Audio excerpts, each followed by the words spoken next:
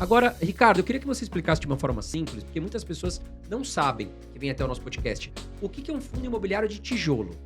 Muito bem, um fundo imobiliário de tijolo, ele é um conjunto de imóveis que faz parte desse fundo. Então, eu costumo falar que o investidor de um fundo imobiliário de tijolo, ele é um pouquinho dono de vários imóveis, vários prédios, galpões, etc.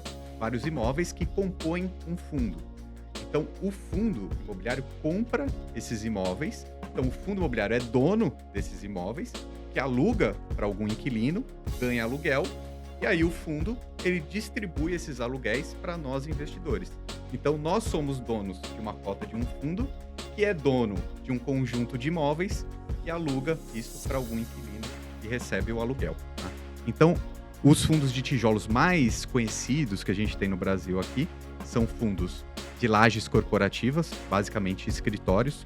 O começo da indústria dos fundos imobiliários no Brasil tem mais ou menos uns 10 anos.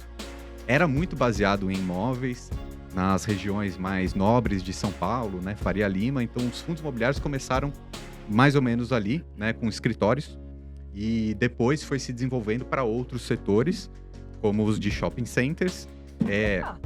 Mexeu. como o setor de shopping centers. Depois a gente teve uma classe de fundos imobiliários que eu gosto muito, que é o de logística, né? Até por esse crescimento do e-commerce e Sim. tudo mais. É centro de distribuição próximo a grandes capitais, né? Acho que tem muito espaço para crescer ainda. Ainda está muito alocado perto de São Paulo, Rio de Janeiro e Minas Gerais, mas tem muito desenvolvimento ainda que pode ser feito na classe de logística.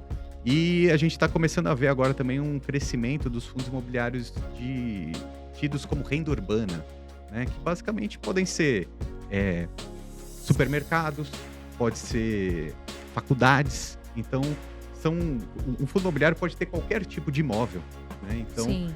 é um instrumento muito interessante e dá para diversificar em todas essas classes. Até os residenciais, né, estão começando a aparecer fundos imobiliários residenciais, ou seja, para a pessoa mesmo morar.